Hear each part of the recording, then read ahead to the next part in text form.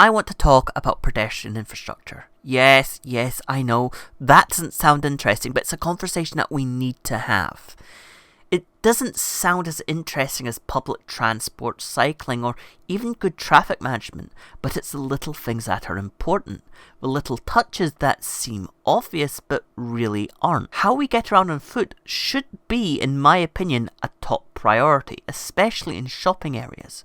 Retail, especially high street retail, relies on foot traffic, not car traffic. Chances are, if you live in a city and you're going to the city centre, you're not going to arrive there by car because, frankly, there just isn't the space. So you are more likely going to arrive by public transport instead. And once people are out of the train, tram or bus, they are going to need to walk from shop to shop.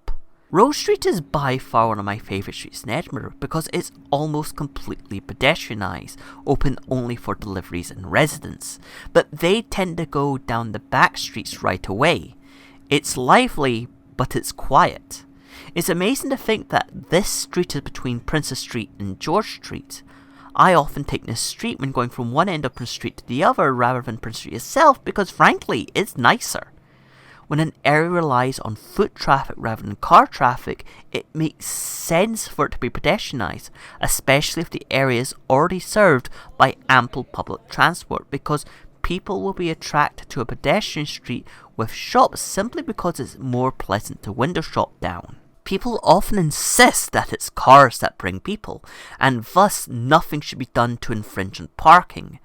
The truth is, for a busy town centre, cars can be an impedance with traffic and the need for parking space, and cars themselves don't actually bring in a lot of people. The average car size in the UK is 8 metres square, and it carries about 4 people maximum. That's 2 metres square per person.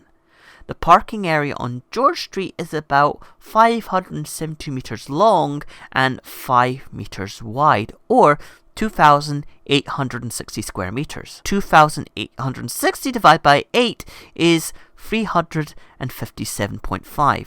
357 cars carry round about 1,428 people if it's carrying 4 people, but that is rarely the case. Just for comparison, that's 15 double-deck buses or 7 trams over people.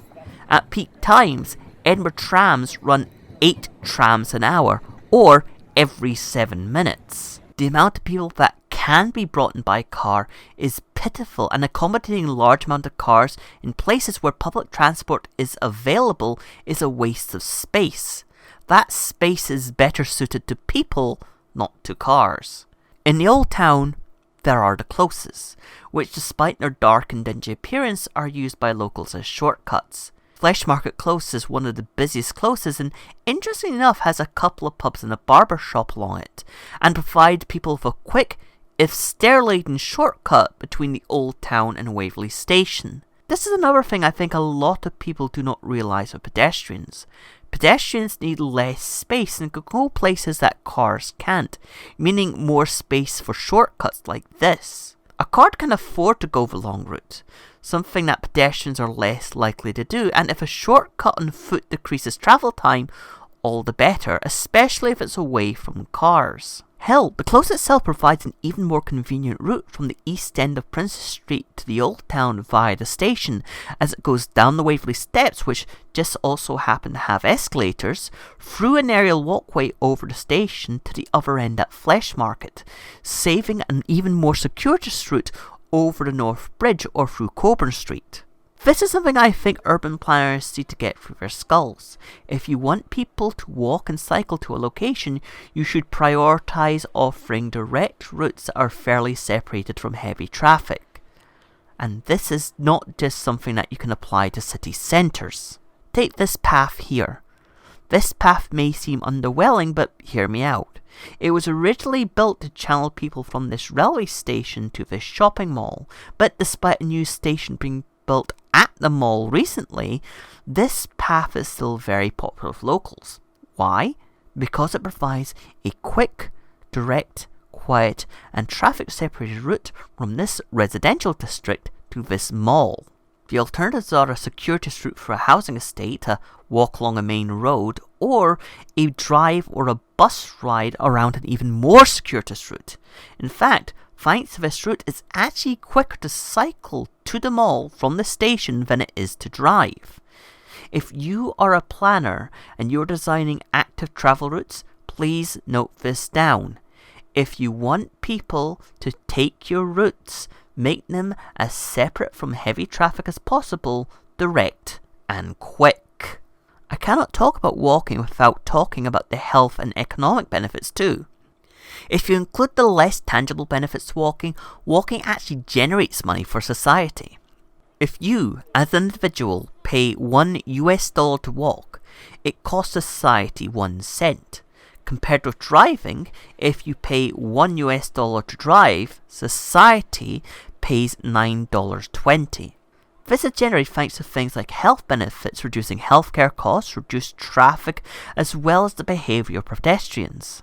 They are more likely to pop into a shop for a drink than a driver is. And that's not even mentioning the health benefits. Walking is really efficient exercise.